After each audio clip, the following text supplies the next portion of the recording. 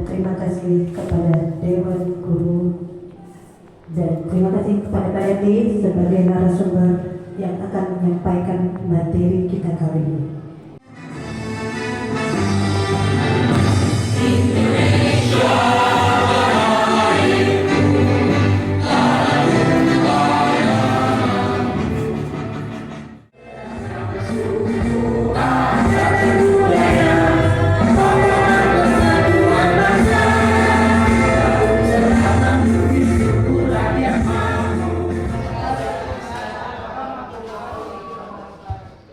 Mari kita berdoa bersama, semoga pekerjaan hari ini, niat hari ini kita diberikan barokah oleh Allah Subhanahu wa taala. A'udzubillahi minasyaitonir rajim. Bismillahirrahmanirrahim. Allahumma shalli ala sayyidina Muhammad wa ala ali sayyidina Muhammad. Tabarakallahu syafatina Rasulullah ajma'in. Assalamualaikum warahmatullahi wabarakatuh.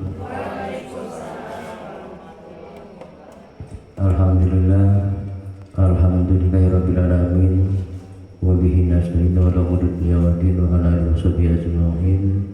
Amma ba'du. Komite hanya memberi gambaran atau ruang di mana sesuatu hal yang nantinya berjalan, apapun itu seharinya silakan untuk dikeluarkan, tapi tidak close begitu ya. Nantinya kita bisa membatasi dengan keadaan lingkungan, keadaan wali murid itu sendiri, dan keadaan. Terima kasih pada pengatur acara. Bismillahirrahmanirrahim. Assalamualaikum warahmatullahi wabarakatuh.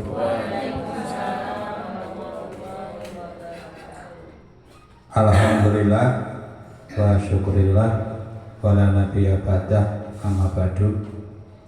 Pertama-tama marilah kita memanjatkan puji syukur kepada Allah Subhanahu wa taala atas berkat limpahan rahmatnya.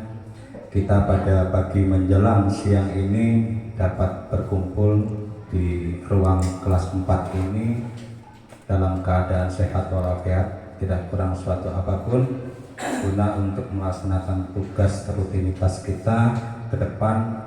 Dan kebetulan pada hari ini adalah perdana, yaitu tentang kegiatan Kombel, Komunitas Belajar SDN 1 Karangpucung, yang kita beri nama yaitu Shining Together, bersinar bersama.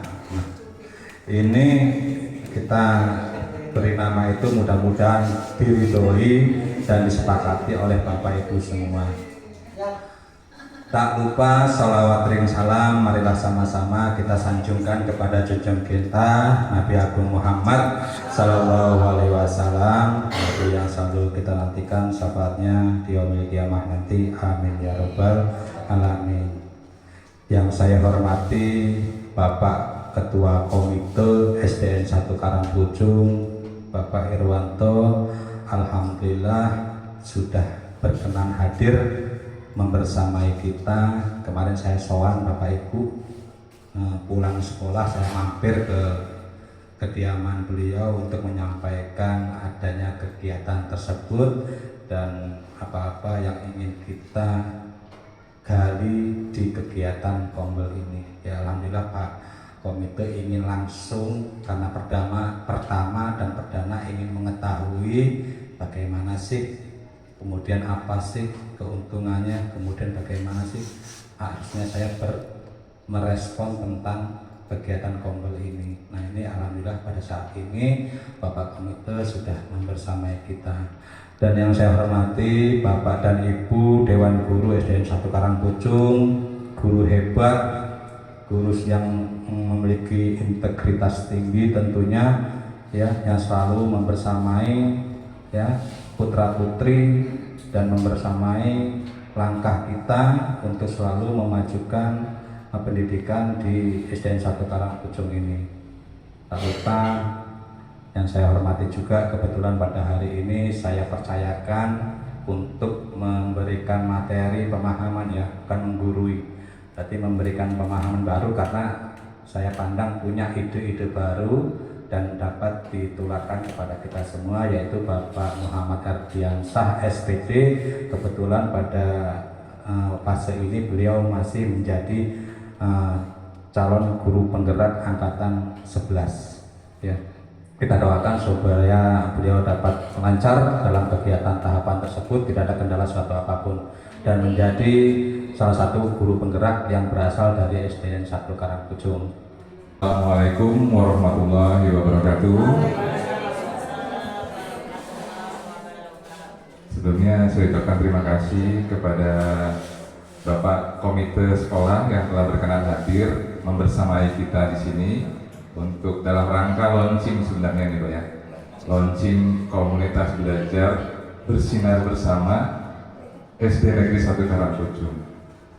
Dan juga saya ucapkan terima kasih kepada Bapak Kepala Sekolah yang telah menjadi support system bagi kita semua, yang selalu mensupport segala kegiatan bagi kita semua yang berkaitan tentang kemajuan pendidikan di sekolah kita semua. Baiklah Bapak Ibu, di sini saya ingin menceritakan sedikit. Sebelumnya ini Bapak, saya lihat tadi kan udah mendengarkan sambutan banyak banget ini. Nah biasanya kan Bapak Ibu guru itu punya yel-yel nih buat anak-anaknya, tepuk semangat gitu ya kan. Sekarang saya minta coba, saya minta Bapak Ibu guru semua ya biar semangat sih, saya pandu ya, tepuk semangat.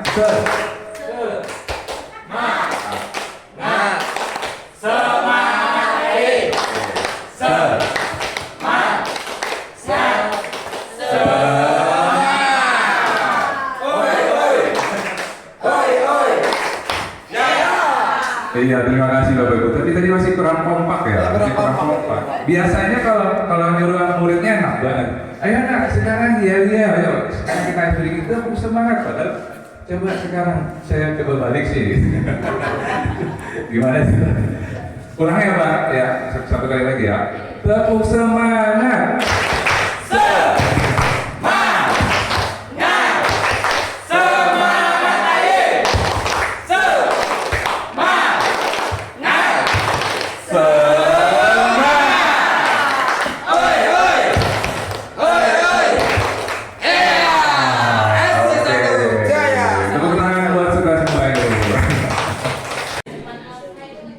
Terima kasih atas kesempatannya. Saya diberikan waktu untuk membersamai Bapak Ibu di sini bukan sebagai narasumber sebenarnya Pak. Saya ini di sini kalau dari segi pengetahuan mungkin saya masih jauh dari Bapak Ibu semua yang ada di sini Pak. Dari segi pengalaman mengajar mungkin dari pengalamannya yang lebih banyak Bapak Ibu guru di sini saya yakin itu. Nah di sini saya hanya sekedar ingin mengajak kita itu supaya sekolah kita ini menonjol, dikenal oleh orang banyak. Saya mengajak untuk kita ini bersinar bersama-sama. Karena kalau bersinar sendirian itu nggak enak, Pak. Bersinar sendirian itu nggak enak. Jadi yang lebih enak itu kalau kita bersinar bersama-sama. Nah di sini ada sedikit filosofi yang menggambarkan tentang apa sih itu bersinar bersama. Saya ini baru cuplik sebentar sebenarnya. Karena nama bersinar bersama ini aja itu pada awalnya itu kemarin kita pesen kaos dan ternyata kalau di cuma komunitas belajar aja itu kok nggak ada namanya ya Pak ya. Jadi kira-kira apa nih? Jadi secara instan aja sama Bapak Kepala Sekolah, kira-kira apa Pak namanya Pak? Jadi dari diskusi singkat udah bersinar bersama. Jadi dari situ ada filosofinya. Nah di sini filosofi bersinar bersama itu adalah frasa yang menarik yang bisa diartikan sebagai gagasan atau tentang pertumbuhan atau kemajuan bersama dengan semangat kebersamaan. Jadi dengan semangat kebersamaannya yang ditonjolkan Bapak Ibu. Dalam filosofi ini dapat merujuk pada pandangan bahwa kemajuan dari satu individu itu tidak bisa dilepaskan dari kemajuan komunitas atau kelompok. Ya, jadi kalau di dalam lingkup sekolah, kalau individu ya satu orang guru, tapi kalau kelompok ya seluruh warga sekolah. Jadi dari kemajuan seorang individu itu tidak lepas dari peran serta kelompok yang ada di lingkungannya, Bapak Ibu. Nah, dengan bersinar bersama, seorang tidak hanya mencari kesuksesan untuk diri sendiri, tetapi juga untuk orang lain, menciptakan lingkungan yang lebih baik dan harmonis. Nah, ibaratnya kita ini seolah-olah kita ini lampu. Jadi lampu itu terang, tapi efeknya itu kan bukan hanya di lampu itu saja yang jadi terang. Lingkungan sekitar kita juga ikut menjadi terang. Nah, itulah harapan dari kami dan Bapak Kepala Sekolah menciptakan komunitas belajar dengan nama Bersinar Bersama.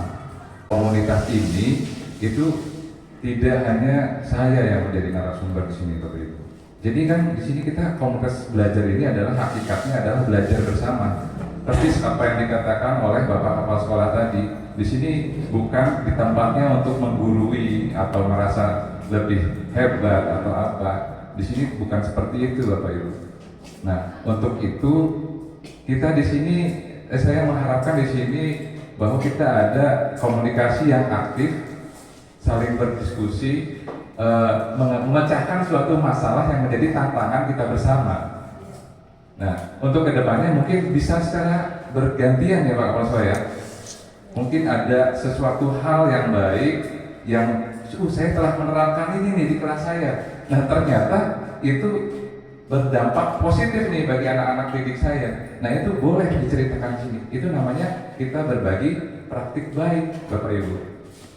Mungkin Pak Turimin dengan segudang pengalamannya dan Ibu Nur mungkin di minggu depan atau kegiatan selanjutnya bisa mengisi kegiatan komunitas belajar ini dan membagikan pengalaman-pengalamannya yang mungkin itu bisa berdampak berdampak positif pada kegiatan pendidikan kita saat ini.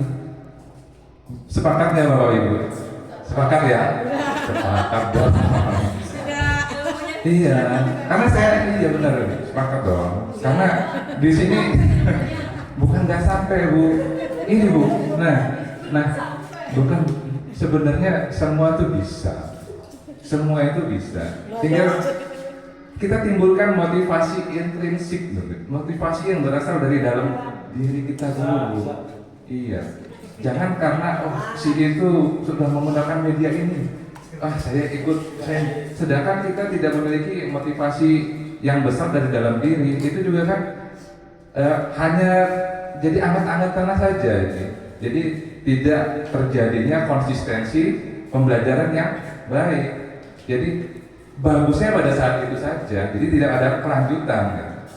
Nah di sini tema yang kami inisiasi untuk mengawali kegiatan komunitas belajar kita di sini adalah membangun budaya pembelajar sepanjang hayat untuk pengembangan sumber daya manusia yang adaptif dan inovatif.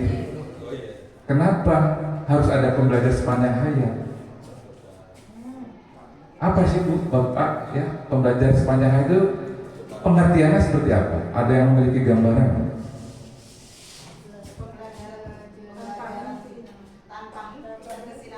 Iya, ya kita juga diajarkan dalam agama ya Bapak Ibu ya. Kalau kita itu tuntutlah ilmu sampai ke kalian lahat.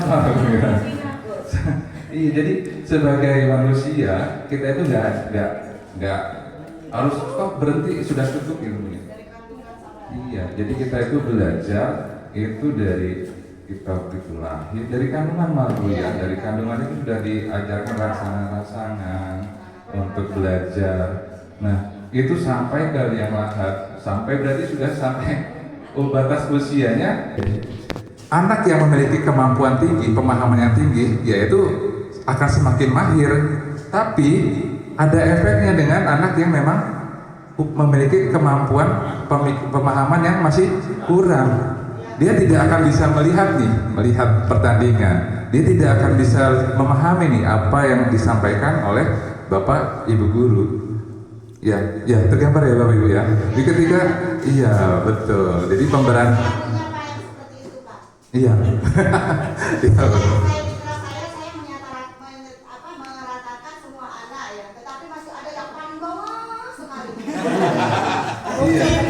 Iya Bu. Jadi yang, ya betul, semua di kelas saya pun ada. Bagaimana Pak Trimin? Nah, Pak Trimin. Ayo Pak. Oke. Mbak, ayo Mbak.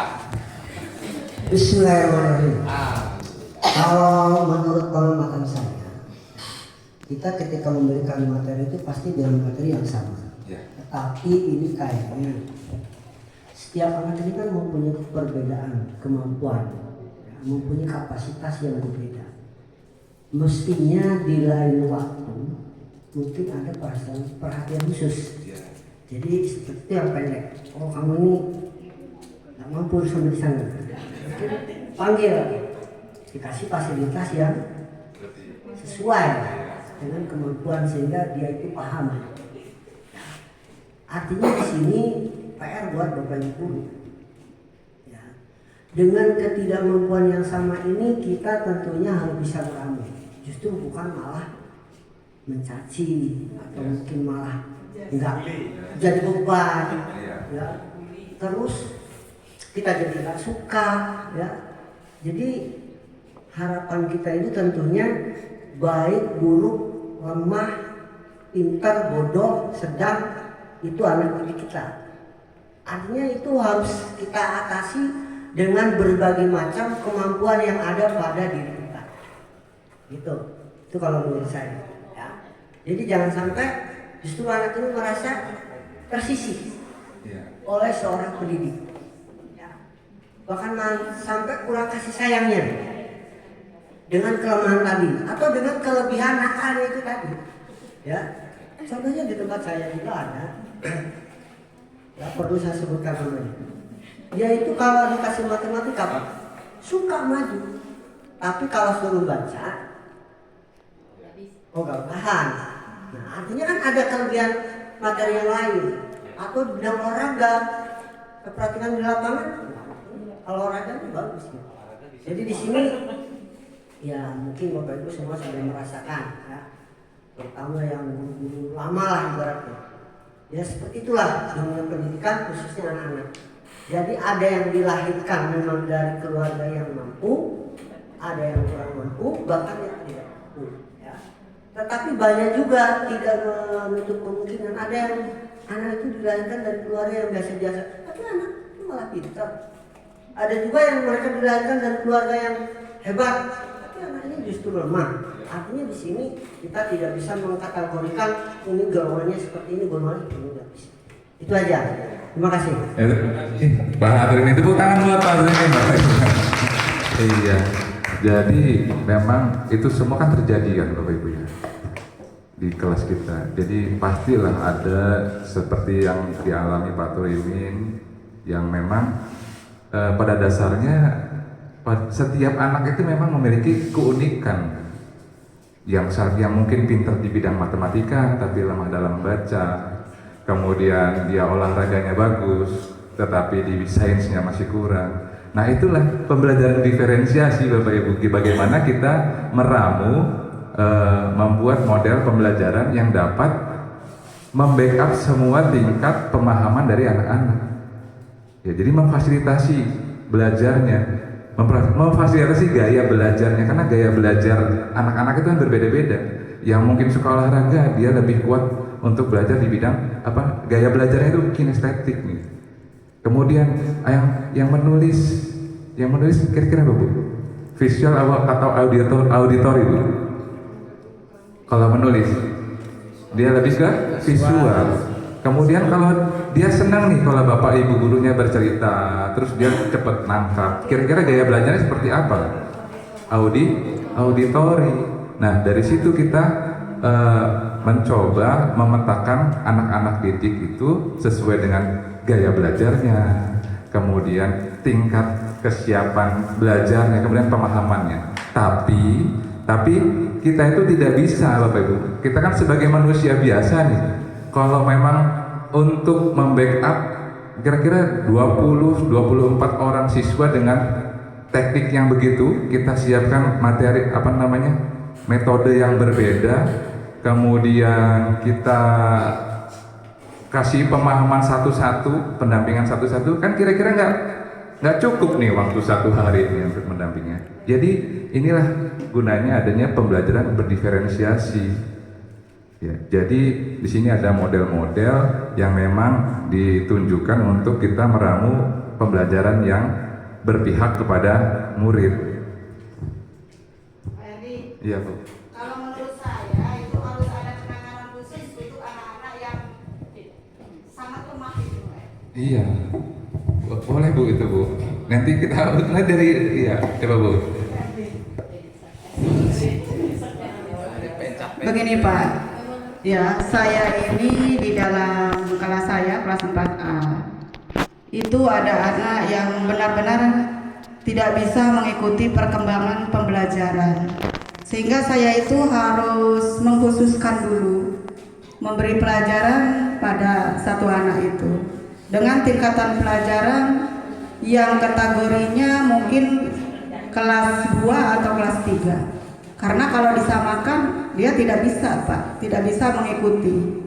Oleh karena itu sangat repot sekali, terutama sekali dalam pemerataan pembelajaran yang saya berikan. Kadang-kadang terlupakan, Pak. Saya baru ingat udah mau pulang. Oh, satu anak itu belum saya kasih pelajaran gitu loh, Pak ya. Belum saya kasih pelajaran.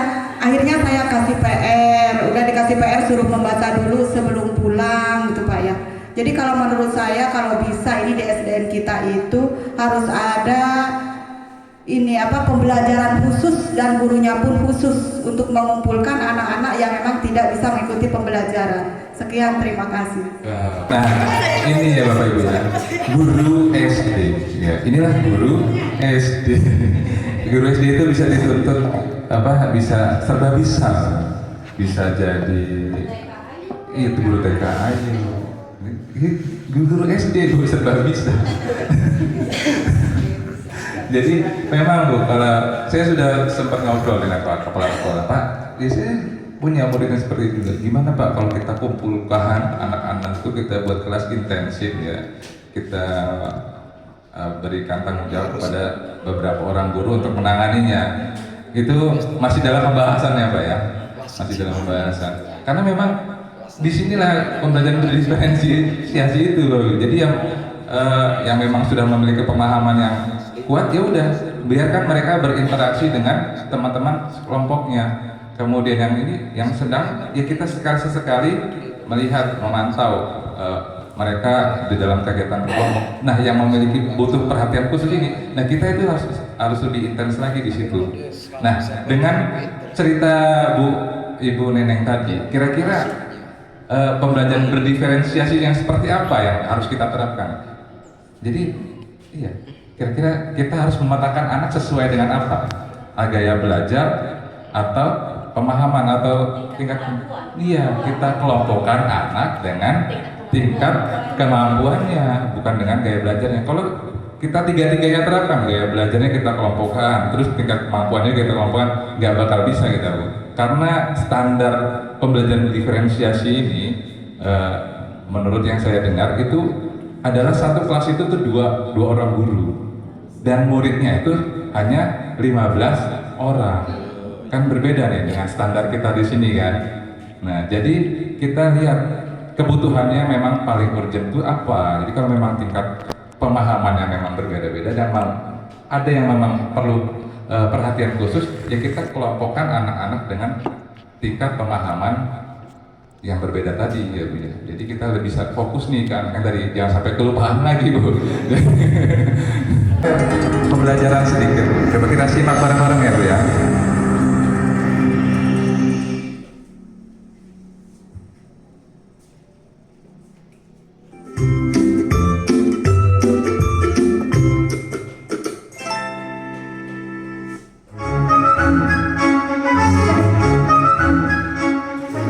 Hutan adalah salah satu tempat hidup beraneka ragam hewan dan makhluk hidup lainnya.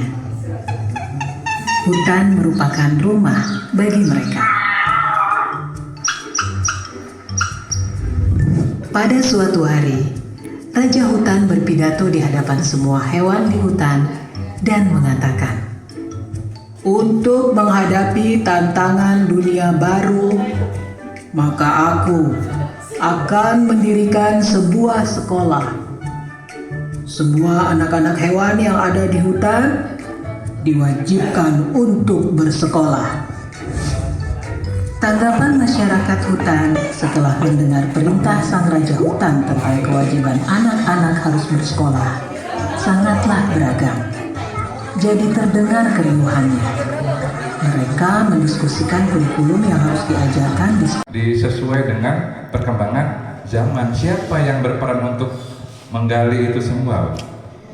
Ya guru. Guru memfasilitasi itu semua untuk mencapai kodrat anak dan sampai ke tingkat keselamatan mereka setinggi-tingginya, sehingga mereka bisa beradaptasi, kemudian bersosialisasi dengan lingkungan yang baru, lingkungan yang lebih luas. Nah, tadi saya sedikit mengutip tentang kejadian yang ada di kelas Bu Neneng tadi. Dari tingkat siswa yang pemahamannya yang tadi berbeda-beda. Itu secara umum ini terjadi miskonsepsi. Tadi kan kita menggambarkan ini harus yang pintar dengan yang pintar, yang sedang dengan sedang, dengan yang kurang dengan yang kurang. Tetapi itu adalah miskonsepsi, Bapak Ibu. Tidak semuanya harus begitu, karena diferensiasi ini ada 3. Ada diferensi konten, ada diferensi produk, sama diferensiasi lingkungan. Ya, jadi kalau yang tadi itu adalah proses, ya Bapak, ya Ibu ya, itu diferensi prosesnya yang harus diperhatikan. Nggak harus itu, bisa juga digunakan model pembelajaran cooperative learning yang memang diambilkan satu siswa yang memang sudah memiliki tingkat pemahaman yang bagus, itu kita masukkan ke kelompok mereka. Jadi seolah ya tutor sebaya. Mungkin ya selama ini sudah kita lakukan kan ya, sudah kita lakukan. Cuman kita nggak begitu memahami. Oh ini diferensi proses atau konten atau yang mana ini, bagian yang mana gitu. Sebenarnya seperti itu. Nah, iya di situ prosesnya. Nah tadi kita lihat ada si burung elang. Ini nih dia mempunyai sifat yang nakal ya. Dia memiliki gangguan. Ketika ada pembelajaran memanjat, yang lain itu memanjat, tapi dia nggak, karena dia punya kemampuan terbang, dia langsung menuju ke atas. Jadi dia tidak peduli dengan prosesnya, dia hanya berorientasi kepada hasil. Ya, begitu dia ulangan semester, ya karena dia nggak mengikuti prosesnya, ya akhirnya ya dia bisa nggak lulus tuh. Seperti itu. Ya mungkin sedikit itu, dan sedikit lagi nih, dikit lagi nih. Karena ini berkaitan dengan Bapak Ibu yang sedang mengikuti PPG. Nah, di sini saya ingin menampilkan sedikit video pembelajaran tentang guru yang melakukan pembelajaran berdiferensiasi. Karena saya juga berbagi pengalaman, saya mengikuti PPG itu ketika harus melakukan UKIN, itu tuh saya cari di YouTube, di tutorial ini pembelajaran seperti apa nih yang kira-kira cocok nih saya terapkan. Cocok dan bisa saya terapkan di kelas saya gitu. Dalam praktek baik ini saya mengimplementasikan pembelajaran berdiferensiasi. Pembelajaran diferensiasi yang saya implementasikan, yang pertama diferensiasi konten. Sesuai gaya belajarnya, visual, auditori, dan kinestetik. Visual dengan menggunakan gambar rantai makanan. Auditori menggunakan lagu rantai makanan, kinestetik dengan bermain peran. Yang kedua, diferensiasi proses, mengkombinasikan speaking dan game interaktif. Yang ketiga, diferensiasi produk. Seluruh peserta didik dapat menuangkan hasil karyanya dalam bentuk gambar, tulisan, atau presentasi di depan umum. Demikianlah terkait penjelasan tentang pembelajaran berdiferensiasi.